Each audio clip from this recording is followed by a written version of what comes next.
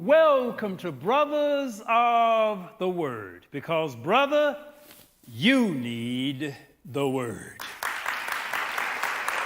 And today I begin a series that's actually based off of 2 Corinthians chapter 12, beginning with verse 7. I'm going to read this from the NIV version. To keep me from becoming conceited because of these surpassingly great revelations, there was given me a thorn in my flesh, a messenger of Satan to torment me. 3 times I pleaded with the Lord to take it away from me. But he said to me, "My grace is sufficient for you, for my power is made perfect in weakness. Therefore, I will boast all the more gladly about my weaknesses, so that Christ's power may rest on me. That is why, for Christ's sake, I delight in weaknesses, in insults, in hardships, in persecutions, in difficulties. For when I am weak, then I am strong." 4 months ago, God says, once you finish the series on the mission statements, you are to speak on the 7 thorns of life. And my youngest son, George, and I, every Tuesday at 5 a.m., we pray together. George actually prays with everybody in the house on different days, but Tuesday is our day. So 5 o'clock in the morning, we meet and we pray. And George has never missed a day, and he's never been late. I have. I haven't been late. I just forgot. And Tuesday morning, I'm usually up at 5, but I have to remember on Tuesday, it's George's day to pray with George. And I've missed 3 Tuesdays. I'm up praying and I forget. And I get a text from George saying, "I'm going back to bed." And I said, "Oh my goodness, I forgot about it." So actually, I had to set my alarm to where the ringtone is actually George. So when I hear my alarm that goes off at 4:45, it begins with George, and I know this is the day I pray with George. So I haven't missed it since then. So here I am sitting there with George in the middle of prayer, and I hear God speak. "I want you to ask George, what are the 7 thorns of life?" And I said, "George," I'm going to speak on my next series on the 7 thorns of life. What are the 7 thorns of life? And George instantly rattled them off. He says relationship, finance, health, work, faith and spirituality, the carnal battle of what you want to do, and fortitude to be able to hold up while you're having thorns. Those were the 7. And so I'm beginning today in order that George spoke them, with the first one today being relationships. Now, see, Paul never mentioned what his thorn was. Theologians have speculated it over the centuries. You know, what was Paul's thorn? Nobody really knows what his thorn was. He didn't say what it was.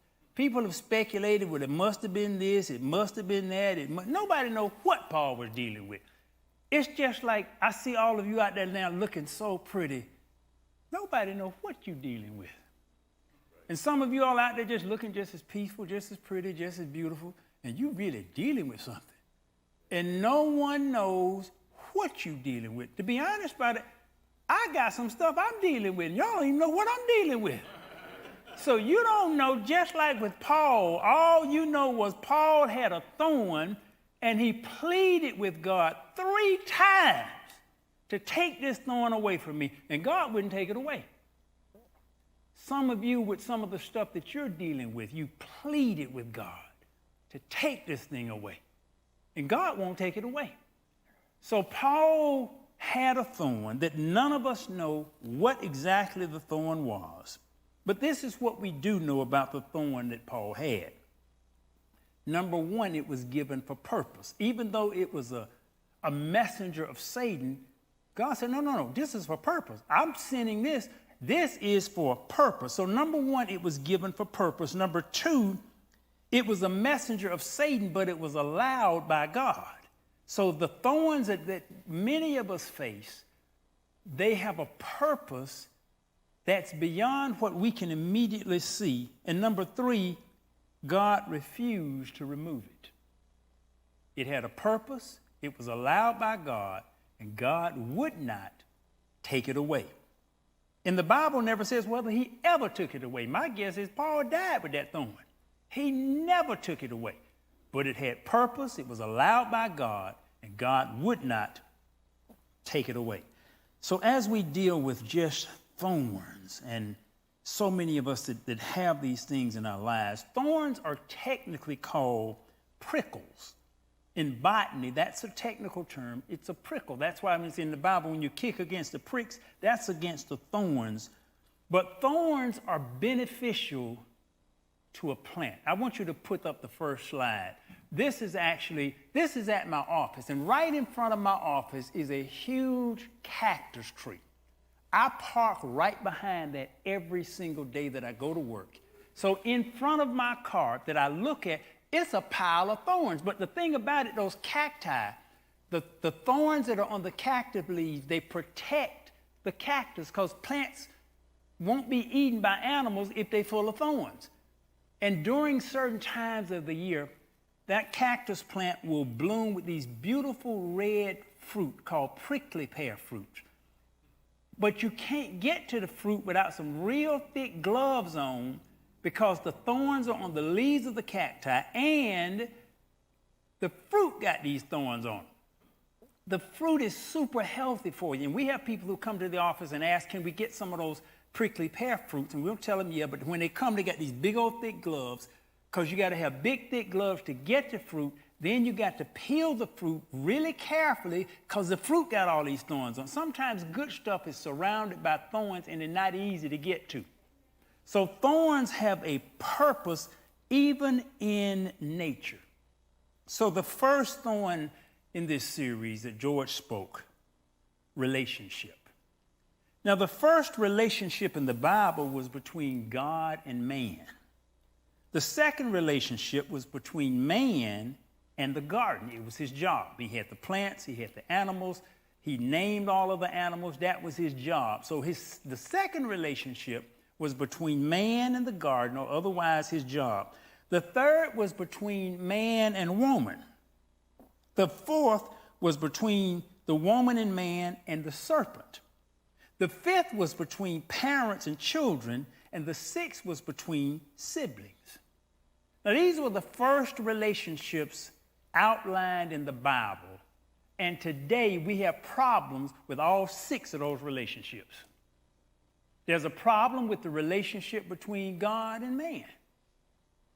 Man just won't do right. It's not that God has changed. It's not that God is not clear.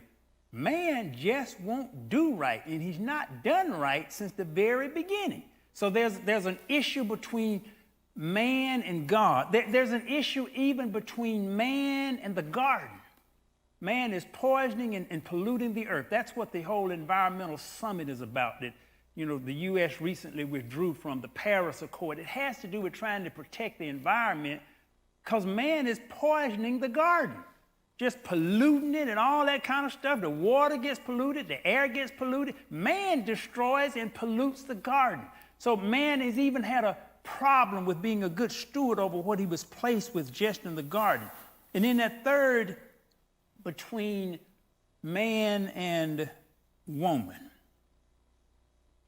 I often wondered, why did God give man the woman, and the man was happy to start with?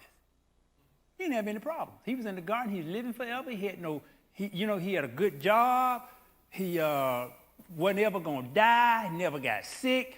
He was just happy. And God said, it's not good for the man to be alone. I said, not good for who? The man was in paradise. So I'm saying to myself, did he just need a woman for entertainment, for the angels? I mean, Adam seemed to be quite content, quite happy, but God gave him the woman. And this is what you have to think about now. This was absolutely the most perfect relationship in history. This was a custom-made woman. You know how it is when you get a custom-made suit? When you get a custom-made suit by a really good tailor, everything fits.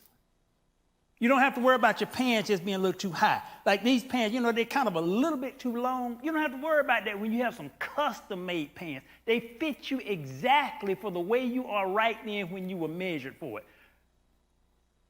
Adam had a custom-made woman. This was the most perfectly tailored woman in all of history. She was custom-made just for him by God himself. What better could you get than that? She was a custom-made woman. But yet, this relationship got Adam booted out of the garden. Now, there's a whole lot of other stuff behind that you can deal with, and each one of these 6 relationships can be a whole message all in itself. But I'm getting to a point dealing with these relationships. Relationships introduced an issue from the very beginning of man on this planet. They introduced an issue, and the issue still has not been resolved yet. So each one of these 6 relationships, I'm going to primarily deal with romantic relationships, because when I say relationship, that's what most people's mind goes to. It doesn't go to the relationship between man and God.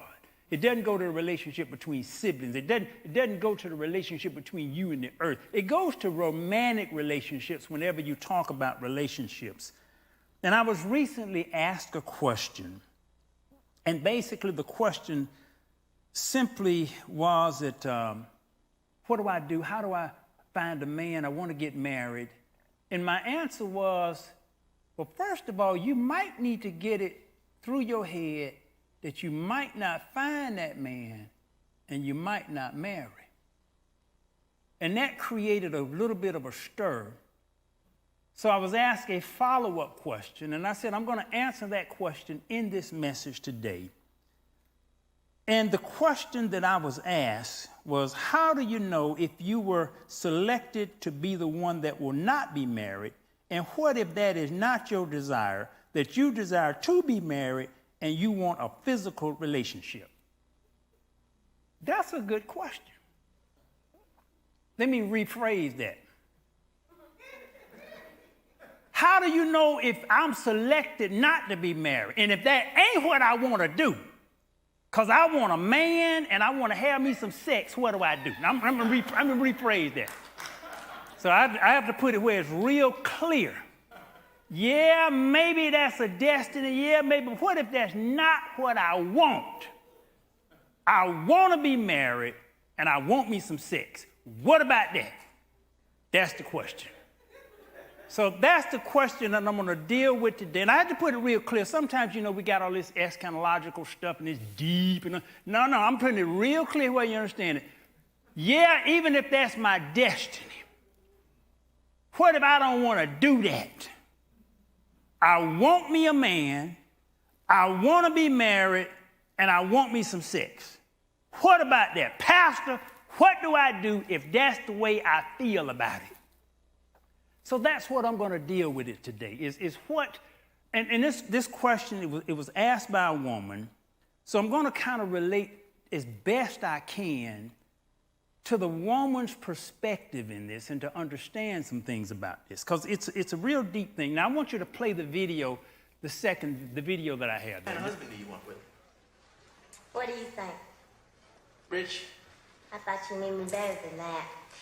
I would like a man who is educated, enterprising, and ambitious. So you wouldn't mind if he was poor?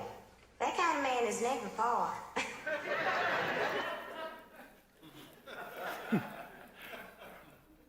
She wanted a man who is educated, ambitious, and enterprising. And the first, play the video again, because you need to hear this from the top one more time. Play that from the top. It's real. What kind of husband do you want with? What do you think? Rich? I thought you knew me better than that. I would like a man who is educated, enterprising, and ambitious. So you wouldn't mind if he was poor? That kind of man is never poor. real. See, the first challenge that you have is often the kind of person who we want, who is in the available pool. Now let me understand, let me kind of make some things clear. Sherlock Holmes says this. He says that man as an individual is an insolvable puzzle, but in the aggregate, he becomes a mathematical certainty. What that means is simply this. Statistics will never tell you what's going to happen to one person. It will never tell you what's going to happen to you.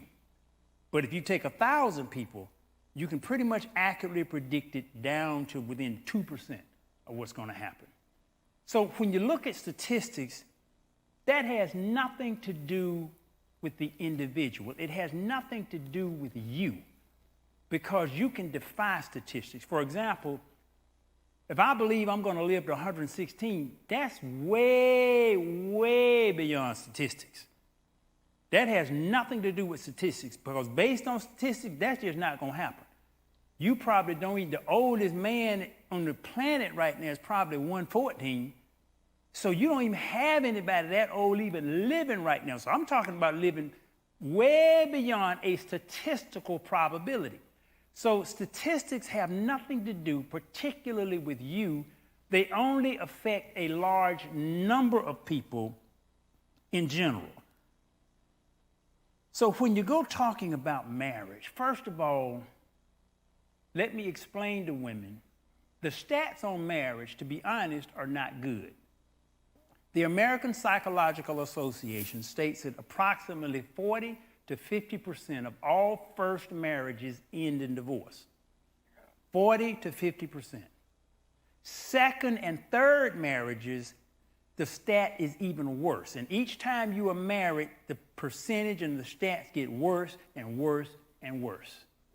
So you're talking about, as a general average, half of the people who marry are going to end up in divorce. That's just a raw, straight fact, and has nothing to do with the fact you're in church. Because the church has a higher divorce rate than the world. Yes, it does. So that's number one. 50% of all marriages are going to end in divorce. But that has nothing to do with you. That's just a stat. I remember reading several decades ago in a USA Today article. They did a survey, and they surveyed married couples who had been married 25 years or more. They asked them one question. If you could marry the same person all over again, would you do it? 50% of the people who had been married for 25 years or more said no. And 50% said yes. So half of the people who did not divorce, but who had stayed married, wouldn't marry that same person all over again. So if you wouldn't do something all over again, that's not a good sign. So you got half the folk divorced, and half the folk wouldn't marry that same rascal or that same woman all over again. So 3 out of 4 statistically, marriages are not happy, and they're not fulfilled, and they don't have joy. Now, that has nothing to do with you. If you're single, look at the person, or even if you're married, look at your wife, or that has nothing to do with me. That has nothing to do with me. But 3 out of 4 people who do marry are fundamentally not happy with the marriage. So that's the first thing you need to understand. So when I told the woman, I said, look, you just might not get married. Statistically, that's not a terrible thing, because 3 out of 4 folk are not going to be happy if they do get married. And you have to understand, now it doesn't put a negative cloud on marriage, but you do need to understand that if you are not different from the average, if you don't have a different mentality, if you don't do something different, you're going to get what everybody else gets. So you need to have a different viewpoint about this thing. You just can't say, I need to marry because I just want me a man. I want a man, or I want a woman. And if I get me a man or I get me a woman, I'm going to be happy and I'm going to be fulfilled. That's a lie. It's a 3 out of 4 probability that if you do the same thing that everybody else does, it's a 3 out of 4 probability you will not be happy in that marriage. So that's one of the first things you need to understand. If you are single, that's not a death sentence. That does not mean you're not going to be happy. That does not mean you're going to be full of joy. And if you are married, that doesn't mean you're going to be full of joy. So that's why the first thing we're talking about, look, it may not be your destiny. You may not get married. And if you don't get married, that's not just necessarily just a terrible thing. And you say, well, Pastor, those are stats of the modern world. That's just the modern world. That's, you got all this mess in the world. That's just the modern world. Let me read you Matthew chapter 19, beginning in the 3rd verse.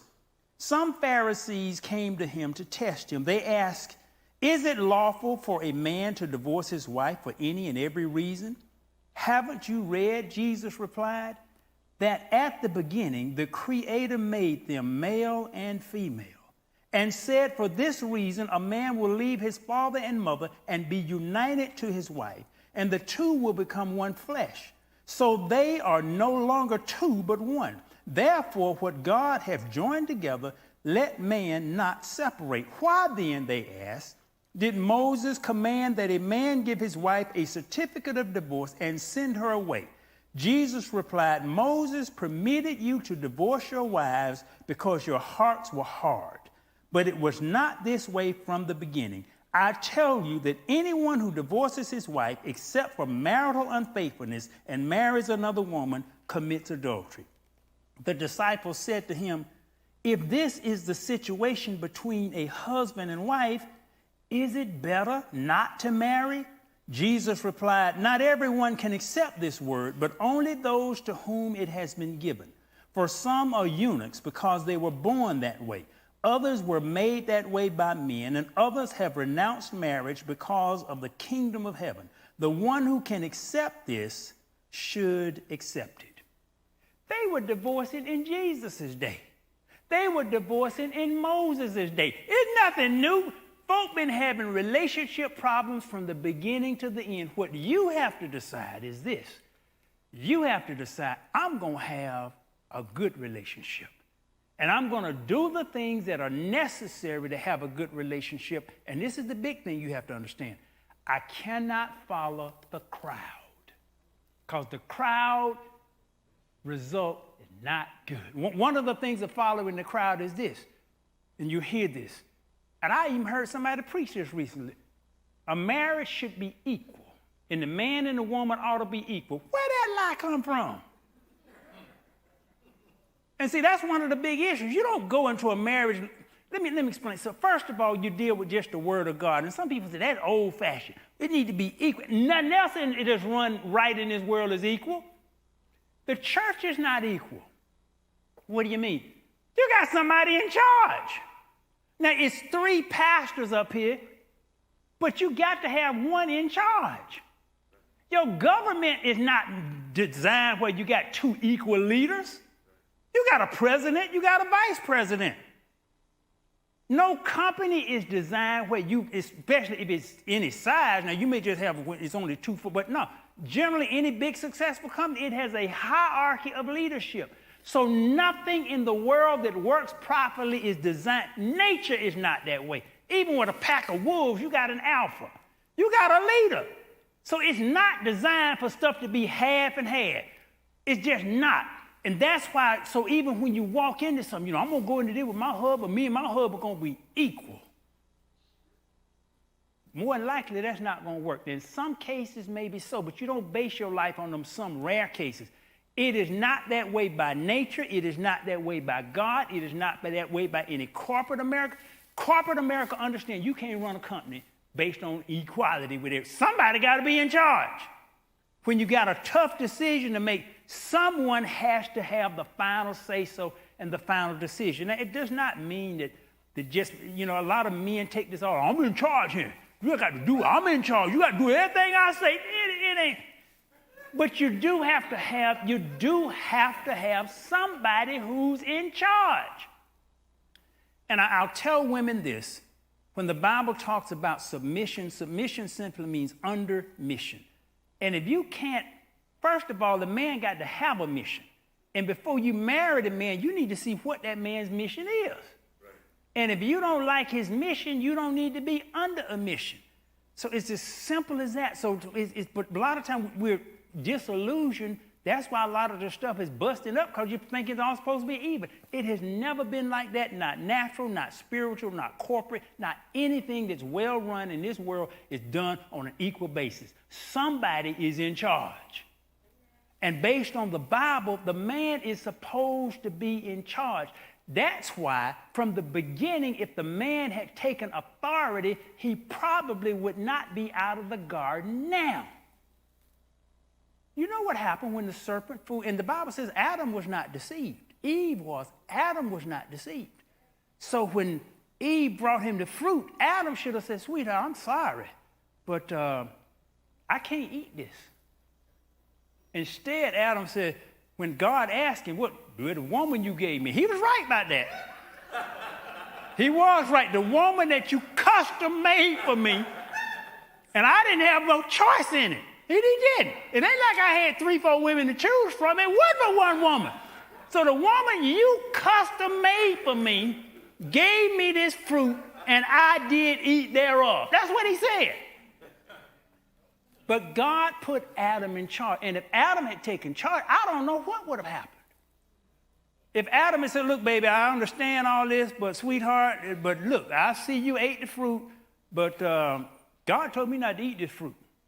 I'm not going to eat this fruit. I don't know what would have happened. But that's not what Adam did. He gave up the authority that God gave him. He said, okay, baby, you ate it, and you telling me to eat it, so it's looking pretty good to me anyhow, and well, I'm going to go ahead and eat it. That's what happened. So from the very beginning, things got out of order, and they listened to Satan and not God. So if you want to if you don't want to be in that 3 out of 4, then you got to do something that's different than everybody else, or else you're going to get what everybody else has gotten and what they have been getting since the beginning of time. This issue of that 3 out of 4, that's been here a long, long time. So how do you become the 1 out of 4? How do you become the 5% of people, period, who are fulfilled in life? How do you become part of that group, particularly dealing with relationships? How do you do that? Now the person who had the thorn was Paul. Paul says this in 1 Corinthians, beginning in 7:1. He said, now for the matters you wrote about, it is good for a man not to marry. Now this is Paul. But since there is so much immorality, each man should have his own wife and each woman her own husband. Now understand, Paul wrote most of the New Testament. The husband should fulfill his marital duty to his wife, and likewise the wife to the husband. Let me break that down and what that means. If the woman wants sex, the man need to give it to her. If the man wants sex, the wife need to give it. That's what he means by marital duty. It's not much else you can't just get everywhere. You can get your food. You can have a maid come in and clean up the house. The only thing that the wife can do that anybody else can't, or the husband, is sex. That's the only thing. You can get somebody to come in and do all the other stuff. The husband should fulfill his marital duty to the wife, and likewise the wife to her husband. Now the thing is, Paul says this, some of y'all want to get married so you can have that physical sex. But what happens when you don't get no sex? You've been married about 5-10 years, and all of a sudden the sex be gone. The man come in and talking about, baby, I'm tired. Or it don't work anymore. Now this is real, because as the health of America gets worse and worse, some stuff just don't work anymore. So it don't work anymore. Or the man thinking and all of a sudden the wife talking about, I'm tired, or she's sick, all kinds of stuff happen. So just because you get married, and you get married thinking that now you're going to get all the sex in the world, and 5-10 years later, you just ain't getting nothing. So now you got to re-gear yourself some kind of way. And the two biggest causes of divorce, money is number one and sex is number two. So those are the two biggest causes of divorce. So when people get married, they think they're going to get all this sex. And down the road, it's just not like what they thought it was going to be. So here Paul says, he said, you should do to each other what you want done to them. That's about the size of it. I remember that old Bobby Womack song. You got to give her what she wants, when she wants it, how she wants it, and every doggone time she feels she needs it. And that may not be, that's what Paul basically said. It was a Bobby Womack quote. But that's basically Bobby Womack got that from Paul. You got to give her what she wants, when she wants it, how she wants it, and every doggone time she feels she needs it. Yeah, he got that from Paul.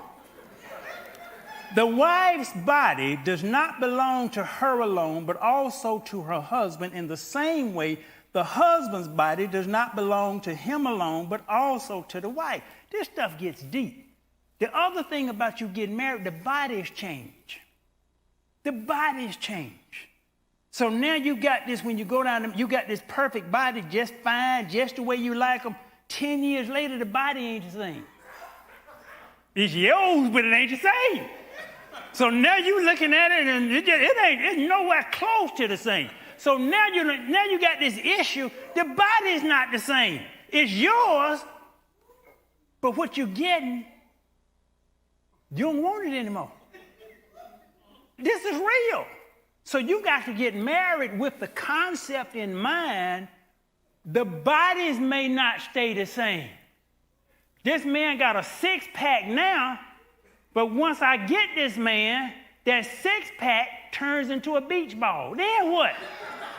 Then what? And this is real. After a couple of children, the Coca-Cola bottle is now a 2-liter bottle. Now what? This is real. So the body is yours, but it's not the same. So you have to deal with this kind of stuff. So when you get married, you got to go into it with the mindset.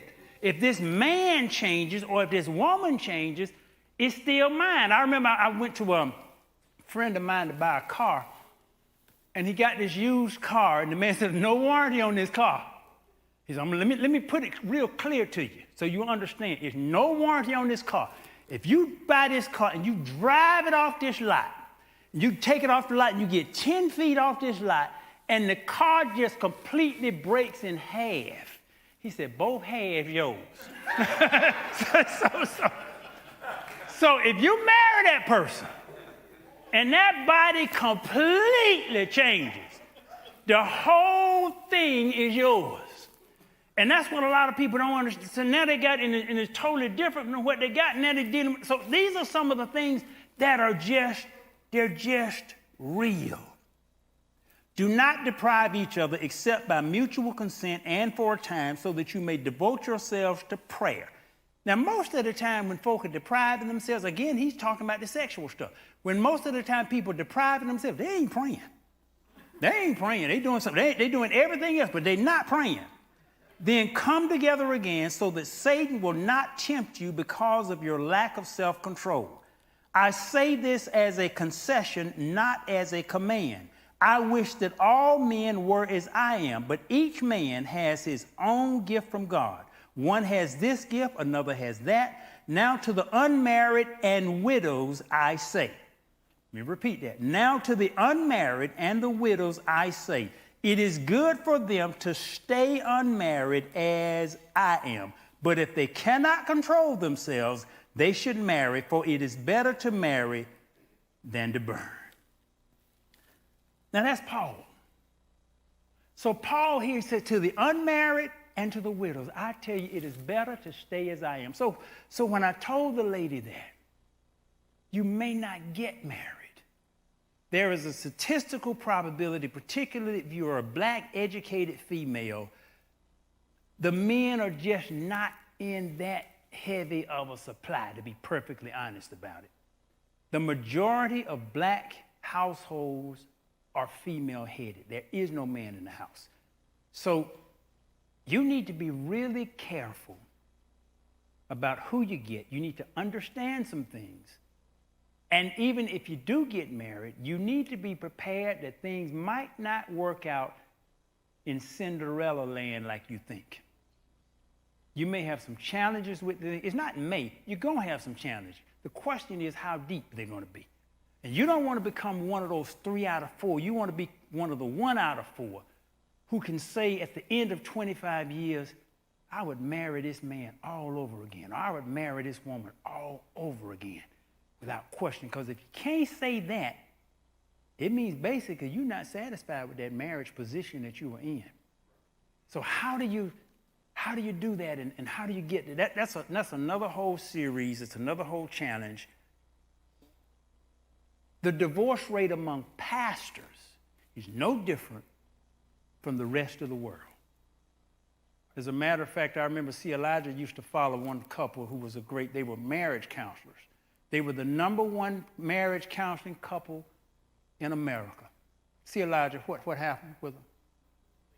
They got divorced. They're the #1 marriage counseling couple in America, and they got divorced. Here they are telling everybody else, because it's not easy. It's not easy. Adam and Eve had an issue from the beginning. It is not easy. So when I told the woman, you might not get married, and they're asking me the question, well, how do I know, first of all? They asked me 3 questions. Number 1, they wanted to know, how do they know, first of all, whether or not they were selected to be married? How do I know if you were selected to be the one that will not be married?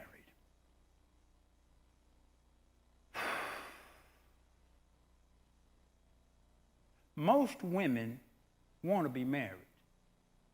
How do you know if you were selected? Number 1, if you don't meet a man that you really know in your heart you need to marry, that's first indication right then. The man will tell you.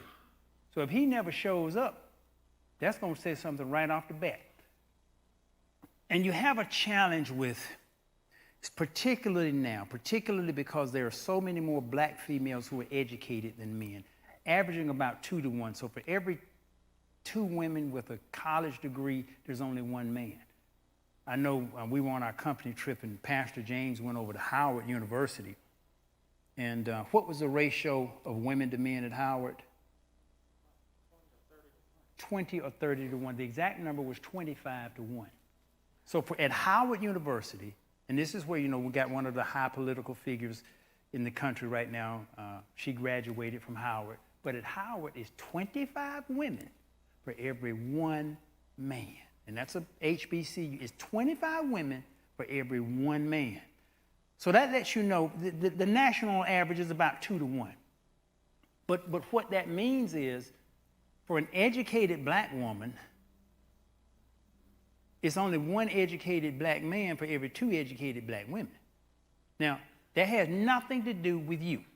I want you to understand that really clear. That has nothing to do with you. I remember when I was in college, and I was at a predominantly majority school, very few black folk, and everybody was complaining, saying, women here, I don't need but 1. And if it ain't but 1 decent one, I'm going to get that one. That's where that was my mentality. So I dealt with a statistic. I said, they got nothing to do with me. No, it's not married, but they got nothing to do with me. If it's 1 eligible woman here, y'all in bad shape, because I'm going to get that 1. So that was my mentality. So the stats have nothing to do with you. But they are real. And just in case there is not one that you feel comfortable with, that you really can walk. See, this is the other thing that we found in marriages when they've gone wrong. There are 2 things. Number 1, always one of the parents told them not to marry this person, almost universal.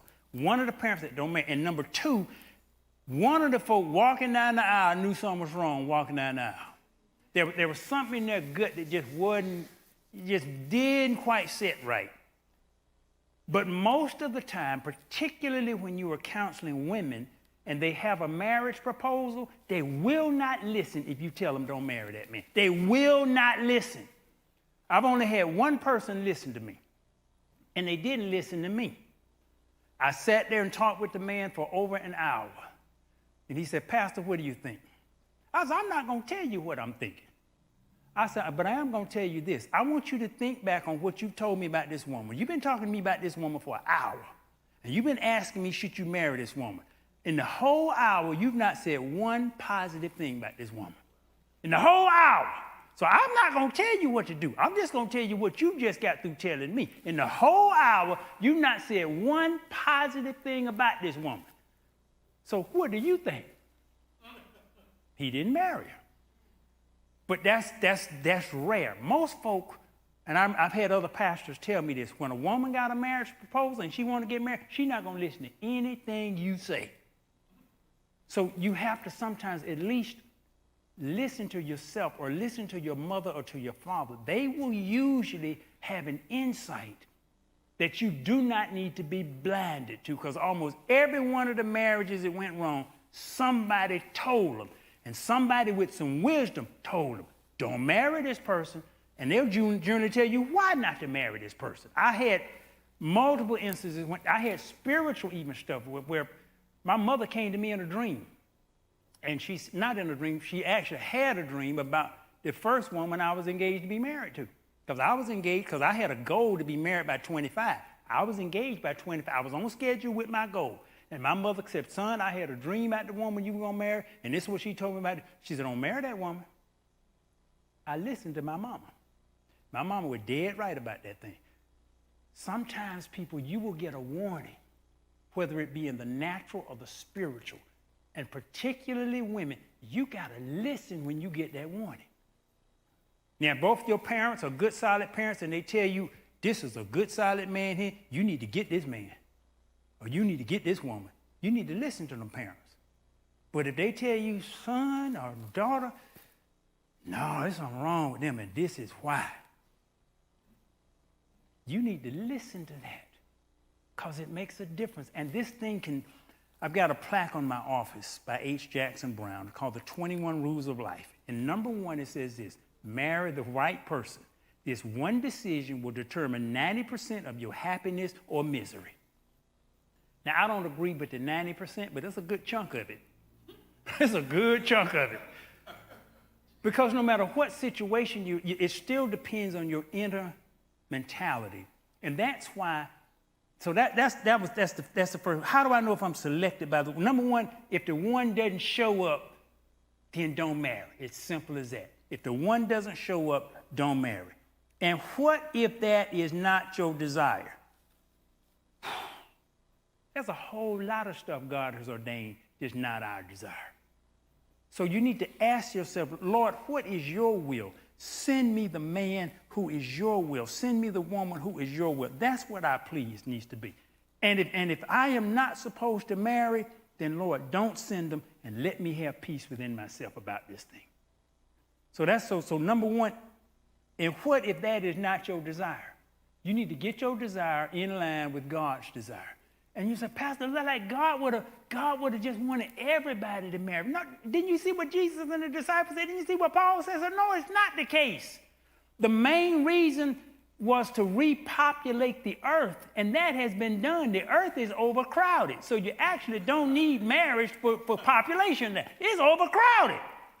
So don't get hung up in your head that I just got to get married, that it's God's will for me to get married is a good thing. The Bible said, man who findeth a good wife findeth a good thing. But what if you don't find a good wife?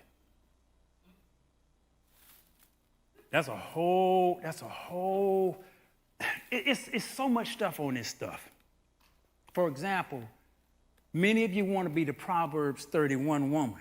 And I read through that. I said, wait, Lord, I'm reading through all this stuff here, and it's talking about this a businesswoman. I said, where is the loving wife? This a businesswoman. And often too many women want to be a businesswoman. They don't want to be the wife. And I couldn't understand that. And I had to keep reading, and then I understood it. The Proverbs 31 woman was actually dictated by the man's mama. And I said, well, where's the loving wife? And this was the king, and I couldn't understand this until I had to put the whole thing in perspective. The king had multiple wives and concubines. He didn't need the loving part. He needed a businesswoman to handle that part. He had other women to handle the other part. These days, you got to do it all. You got to handle the loving part, and sometimes we only want to be the Proverbs 31 woman. We want to handle the corporate stuff. We want to handle the business. You'll be faithful to the job, but the house a mess. The bed is cold. And when that happens, you're going to have that marriage that's just going to be an issue. So there's a lot of stuff that just goes along with this. And what if that is not your desire? You need to make sure your desire is in line with God's desires, that you desire to be married and you want a physical relationship. What if you need or want sex? And that's a real desire. That's a real issue. Pastor, are you just saying I need to be celibate? What do I need to do if I want me some sex? That's a very simple question, and it's a very real question. It's a very real situation. Sex outside of marriage has issues. That's why you're looking at most black households, there's only the woman there, and there is no man. It has issues with disease, it has issues with children, but the biggest issue, it has issues with emotional turmoil and damage.